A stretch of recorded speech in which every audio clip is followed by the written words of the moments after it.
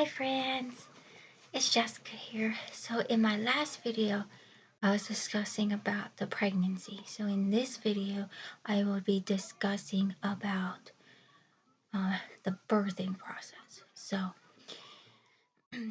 in late, well actually it wasn't late, in the beginning of 23, it was a Friday, and I went for a doctor's appointment.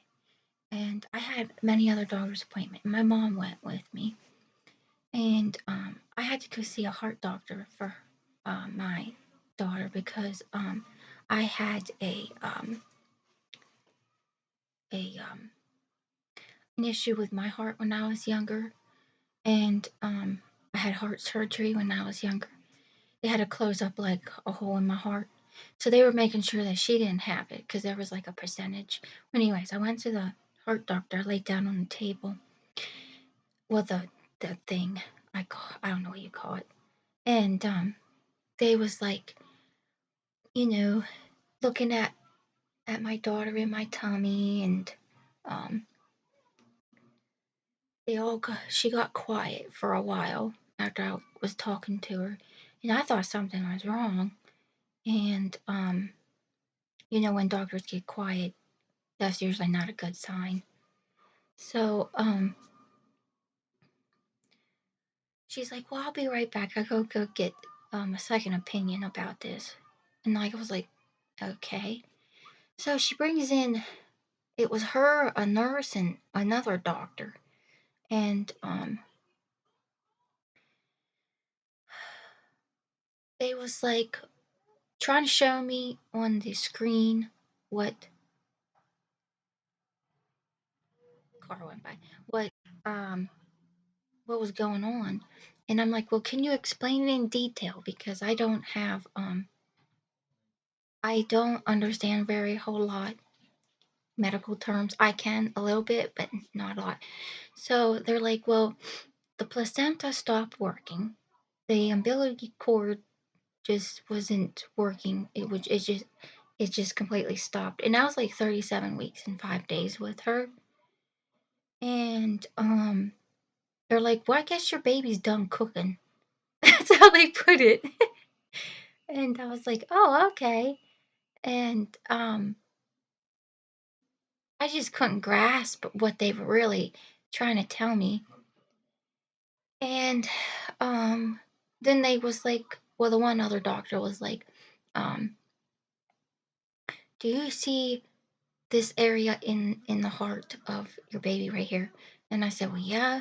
It's hard to see on the screen because they know what they're looking at, and I really don't. But I'm just kind of like, yeah, I kind of see what you're pointing at. And they're like, well, there's a valve in everyone's heart, I guess, and it's the valve that closes up when the baby's born. My daughter's heart, her valve was closing as she was in my womb, and that's not a good sign. So they basically said if I would have carried her for an extra week, she would have been a healthy stillborn baby, because she would have basically died in my womb, and I probably wouldn't have known it until like I would have felt some funky pain or something. And so they had to induce me that weekend. Like, they're like, well, you're gonna have a baby this coming weekend. And I was like, oh, okay. And Mother's Day was coming up back in 23, and I was like, I couldn't wrap my head around it. And so I went up to the hospital in West Virginia, and that's a very good hospital up there. Everybody just dedicates their whole life to their patients, and it means the world to me, because there's not a lot of people out there that really truly dedicate their kindness and passion of helping others each and every day. I mean, I've come across a lot of arrogant, mean people in my life, but let me tell you, that hospital up there in West Virginia, if y'all listening, you guys are amazing. Um, you saved my life twice, actually maybe 3 times. So, it's just you guys are just angels from heaven. And I'm a full believer of God, as you all can see behind my head. That's my dedication wall. Um, I lay in bed and I pray, and um, that's how I like bond with God and everything. So, anyways, back to the story. I had to go up onto like the laboring and delivering floor over there at the hospital. And so when I did, they get me ready into the room and everything. And let me tell you, they make you take a shower before you hop into their bed. I don't know if it's a procedure thing or what for germs, but yeah, that's what they made me do. And then I was laying in bed, and after a few hours, they had to come in and break my water. I don't know. Those that have got their water broken, to me, it feels like when someone pokes you up there and your water breaks, um, it feels like bath water. That's the best way I can explain it. Um, it felt strange and weird, and I don't know. It felt strange to me. So after a while, the contractions started setting in, and I'm very in tune with my body.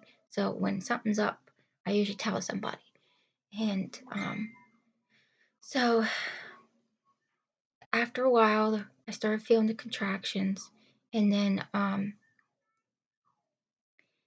eventually, when I got to be about 5 or 6 centimeters, and of course, before that, they had to stick this balloon thing up in me to help dilate me because I was dilating for like it was taking forever because of course it was my first pregnancy, and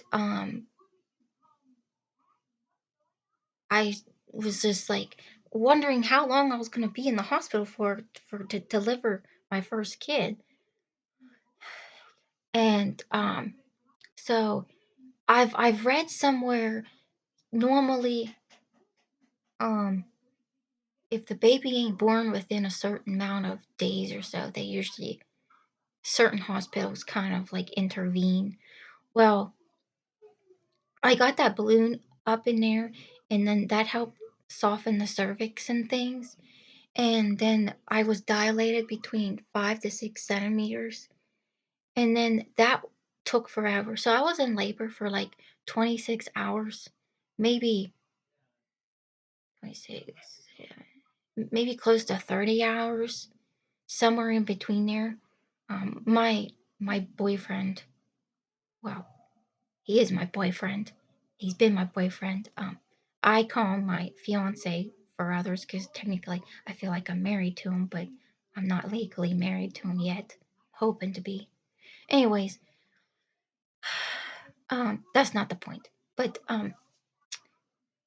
so I was dilated between 5 to 6 centimeters, and I can deal with a certain amount of pain um, until it starts to aggravate me. So then it started to aggravate me after a while. So then I got that epidural. And those epidurals, I mean, if you all didn't ever got an epidural in your back and they say it's a pinch and a sting and it feels like a bee sting, no, it does not feel like a bee sting. It feels like, I don't know, somebody poking you with a very sharp object.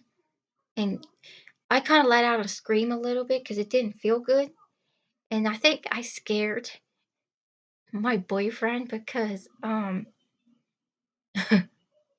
he's never heard me scream like that.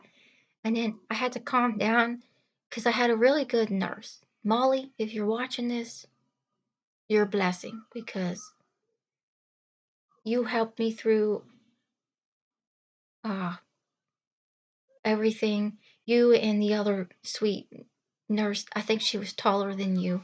And I call them angel nurses. I can sense them when they're like, because they're the people that come in and they set the mood in the room, and I usually can sense when somebody steps in the room how the atmosphere feels, and it was very all positive. So I was wrapped around so much love that day.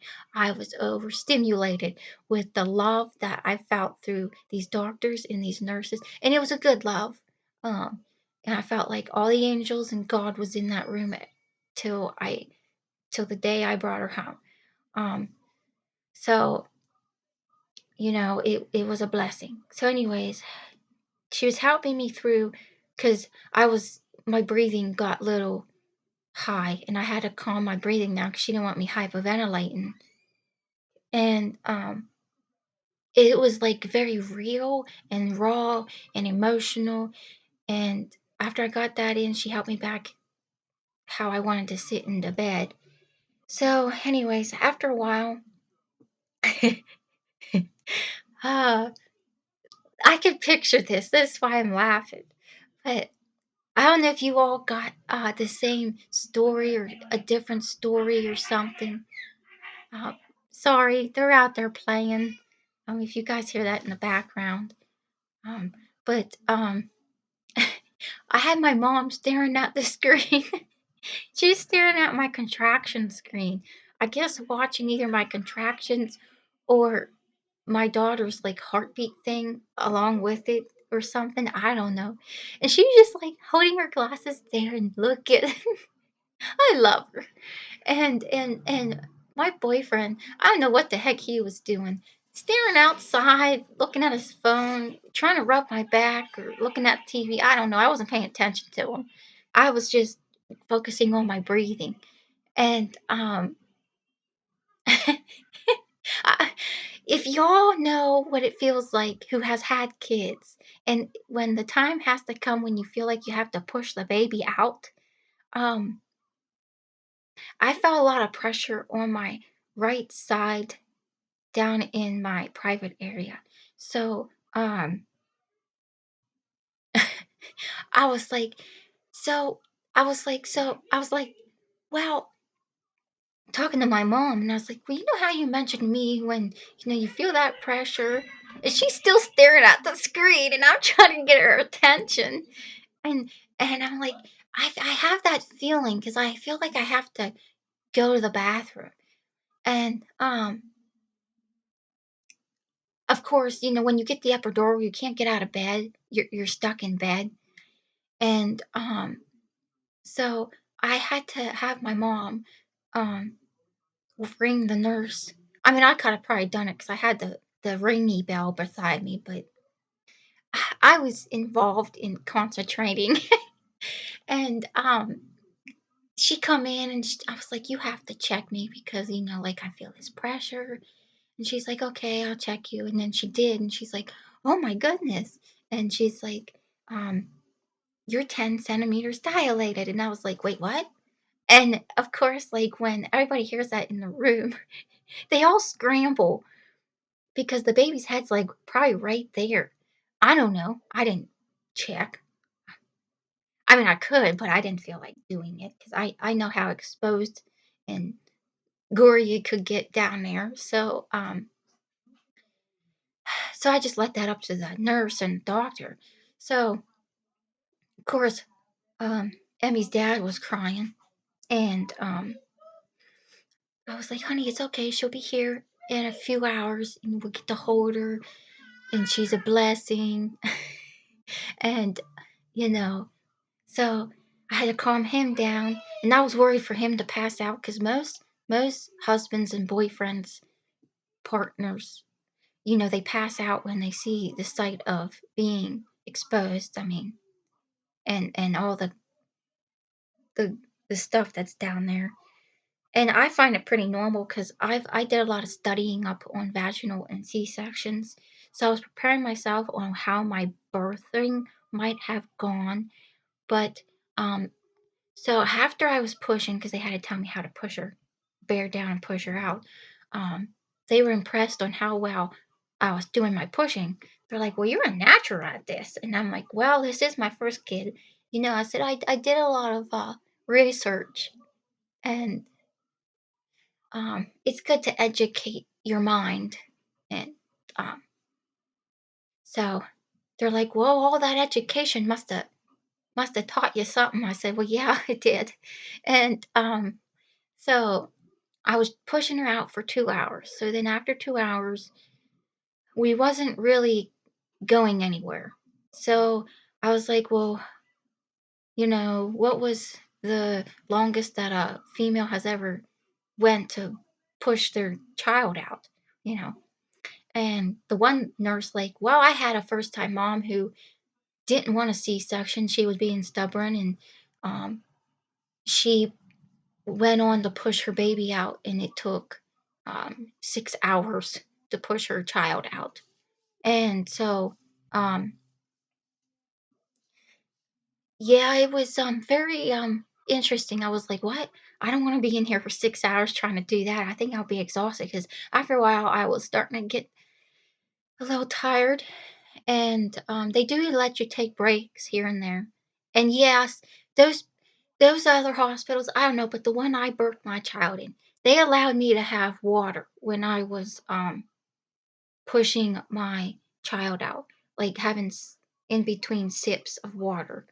Um, so I wasn't chewing on ice chips. I was actually drinking ice cold water out of a cup every now and then. Of course, my mom would be there to give it to me to sip out of, but yeah, I mean, that's what I was, doing every now and then when my mouth was dry. And then, after 2 hours, they were concerned because I had a lot of blood clotting going on, and the doctor come in and was like, "Well, we're very concerned with your blood clotting, so we're advising that you should get a C-section." And I was like, "Oh, man." And, of course, I was crying, and I was mad. I had to have the doctor leave because I was frustrated.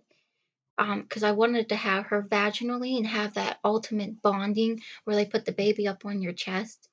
Um, I wanted to experience all that. I couldn't. They had to take me back in the OR to have a C-section because of my bleeding. So when I got back into the C-section after, they put the hat on the cap on my head, and they covered me up with some blankets, I said a prayer because I just didn't know if I was gonna die that day.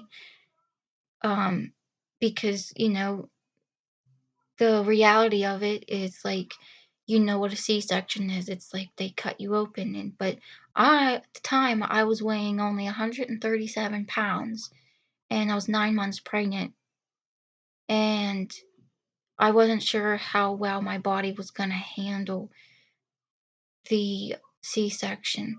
So I had to sign a lot of papers, and Emmy's dad knew the circumstances of what he would have to do if something would have turned to the worst. And I had a talk with my mom at the time. Um, this was before, because I knew where it might lead. I told her what I wanted things done if I wasn't able to speak for myself.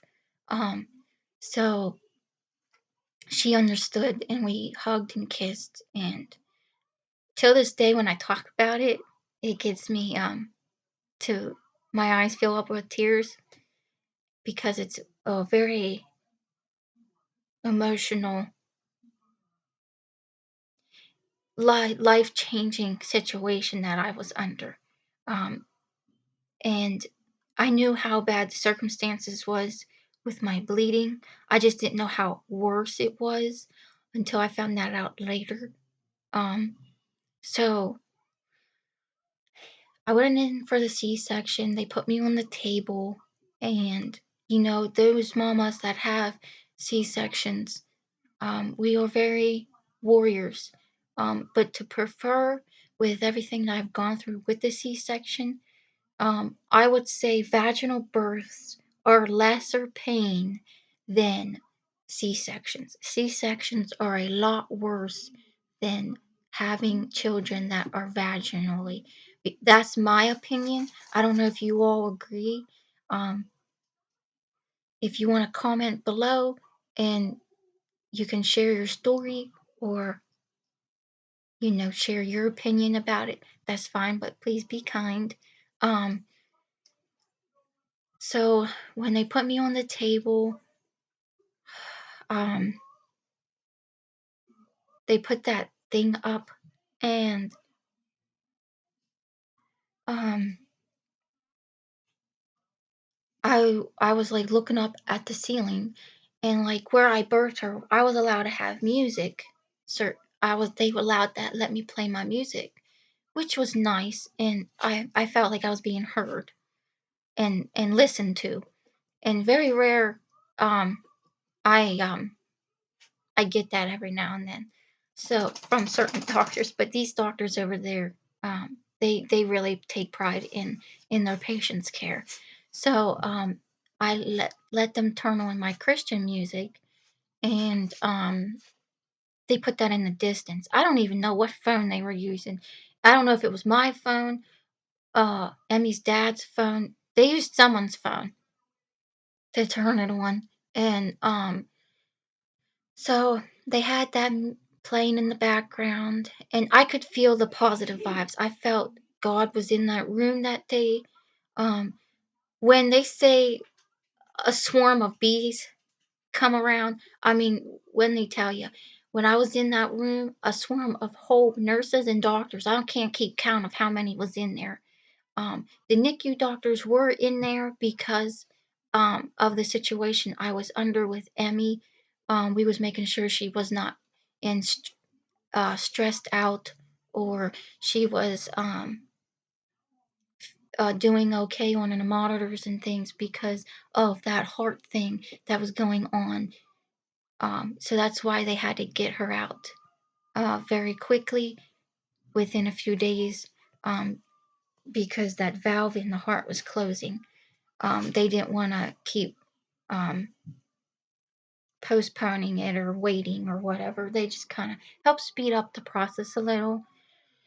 And so, anyways, um, I was on the table, and they stuck that thing up, and um,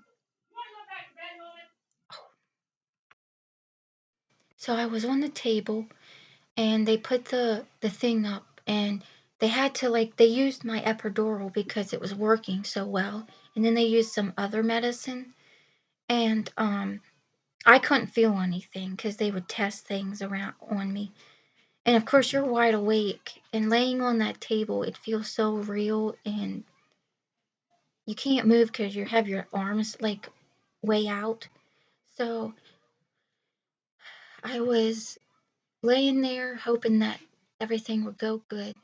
And so as hours went on, it felt like hours to me.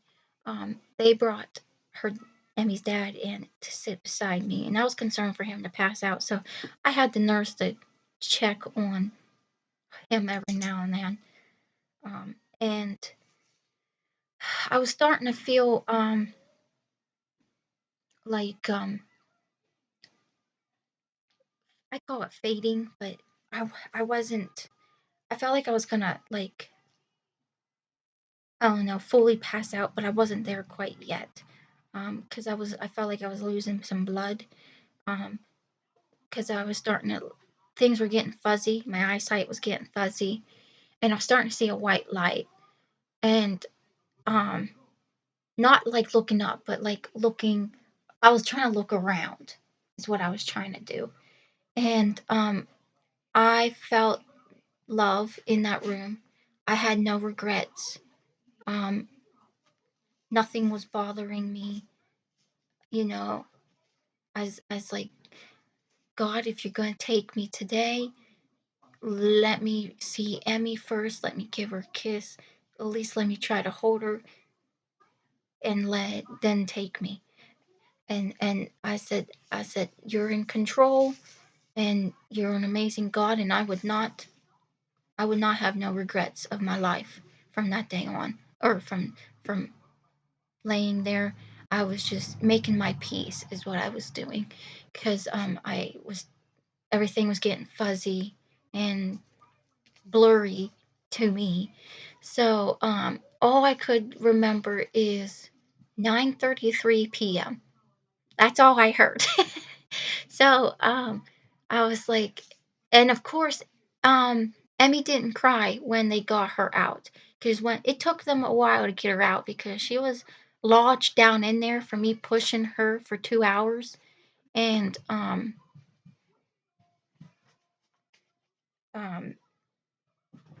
they got her out safely and things, and they rushed her over there, checked on her, and then they brought her over to me. And I was still out of it. I lost a lot of color in my face. Um, and I'll show you guys some pictures towards the end. And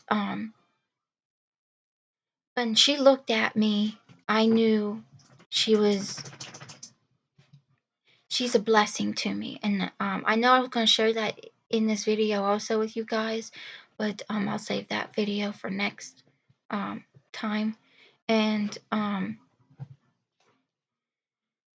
I just knew that I got to see her. She looked at me kind of like this, and and I said to her, I said, I've been waiting for you for a very long time, and I got very teary eyed, and I felt like she kind of smiled at me, and then after a while I kissed her, and then and they took her back to the room, I think, with her dad or something, or whatever they were doing. I don't remember. Because it took 30 minutes or so for them to stitch me up. Because I was losing a lot of blood, I think, even after having a C section. And all I remember, I don't remember how I got back to the recovery room, really, because I blacked out. And, of course, after the C section, they want those C section mamas to get up and walk. Not me. I could not get up and walk. I was too weak and I was dizzy and I was just not feeling myself. So I put my foot down and I was like, no, I'm, resting in bed for a bit until I feel like I'm okay to get up and walk. And of course, I had some of the nurses come in and help try to get me up after a few days. And Um, sorry. It's the crazy. This is parenting. Hello. Welcome to my channel. This is how it is. He's out there being goofy. And so um so I just blacked out and I couldn't remember, but I think it was like a few hours. I was when I got around to it, I felt comfortable and I was sitting in a good position in my bed. And I got to hold her. I got to hold her and talk to her, and I I was feeling very. I was still feeling the love even after I wanted to hug all the doctors. Um, got to hold her, and I had a moment with her, and of course after a few hours or so they had to check her blood, and it's nothing scary or anything, but most babies do get jaundice. Um, and she had to lay in a bin. Well, it's like I don't know what you call it, like a little baby bed, I call it. And they had to turn on the blue light. She had to wear these little like things over her eyes. She had to lay in there, and she had to stay in there for a bit to keep the jaundice down. And she hated it really, but again, I felt bad because we had to keep her in there. But I'd take her out and hold her and feed her and change her, and he'd help. Of course, we had the nurse show us like how to feed her first because we didn't know, we're first time parents, and she wanted to go back to sleep, but um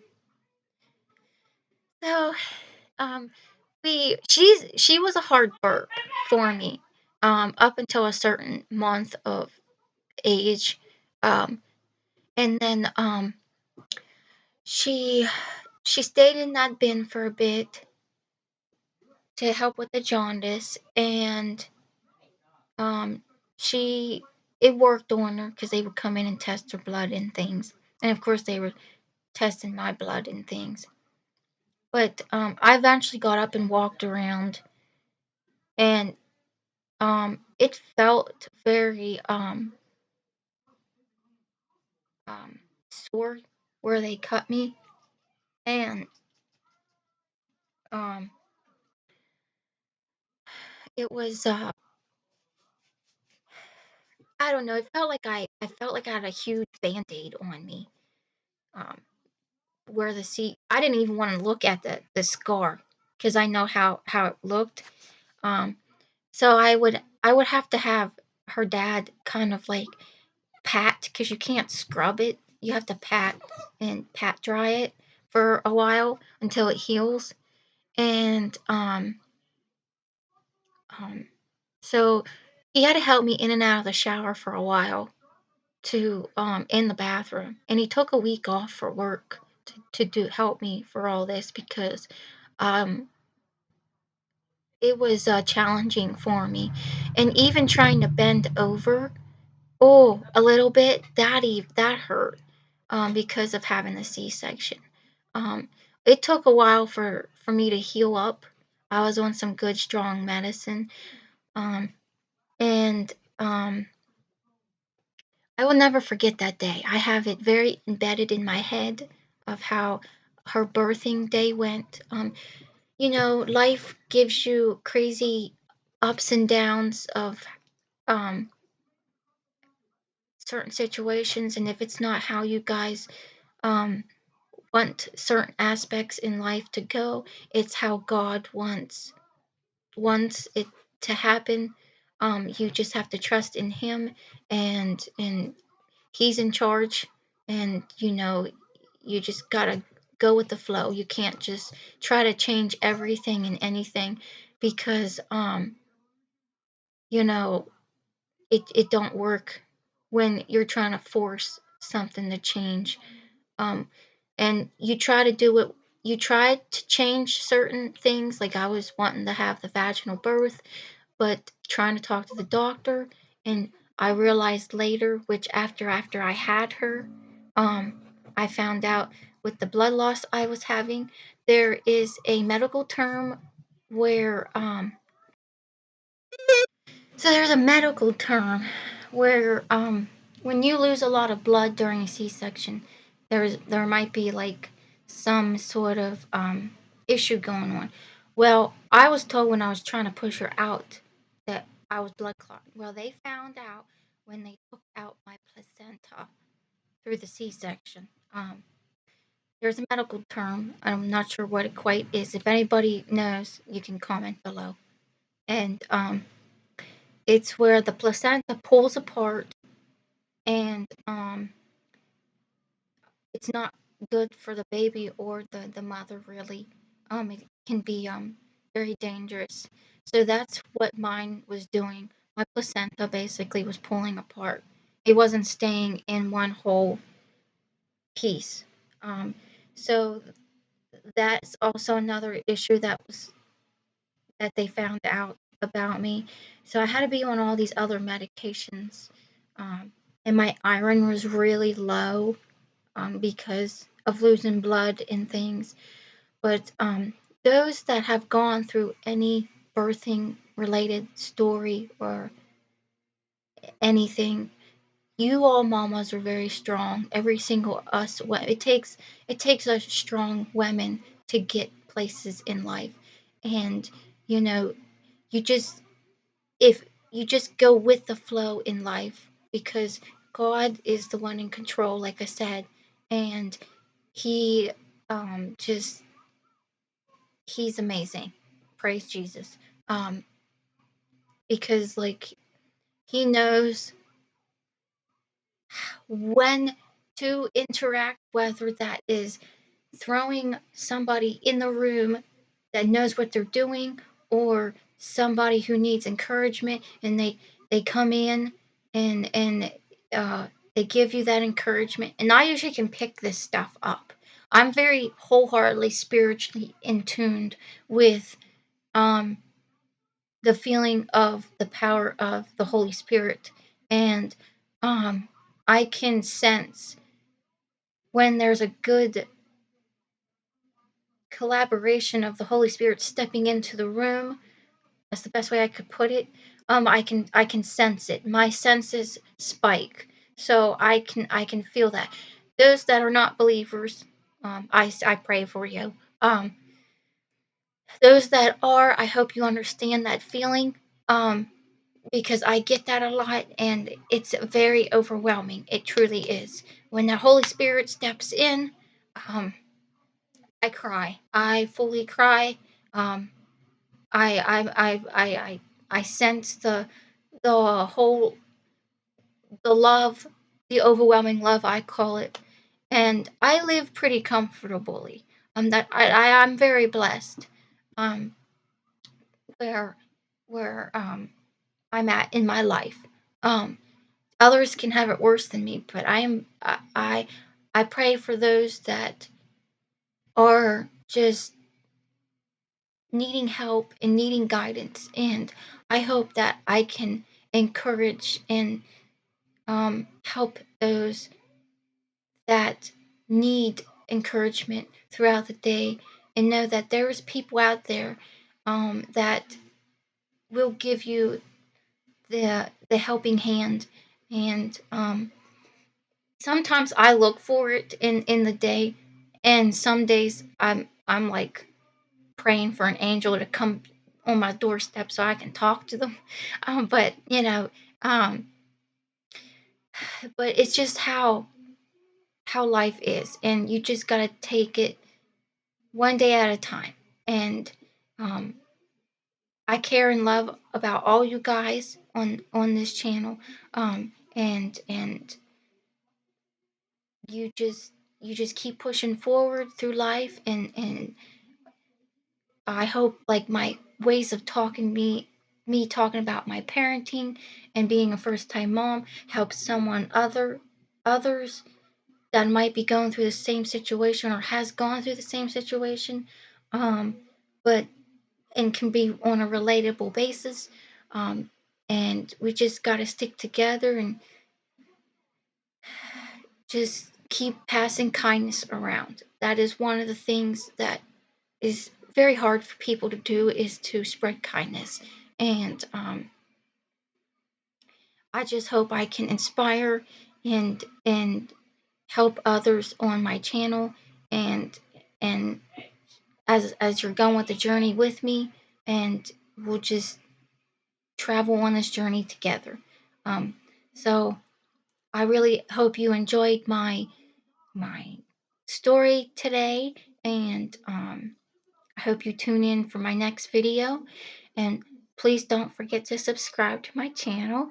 And I bless and pray for all of you guys in the next week, for uh, health and staying safe, and um, just keep on pushing through life, and whether it's very challenging or not, because one day you'll look back and you'll be glad that you've come very far, and you'll be able to say I achieved that, with a lot of inspiration that I've gotten over the years.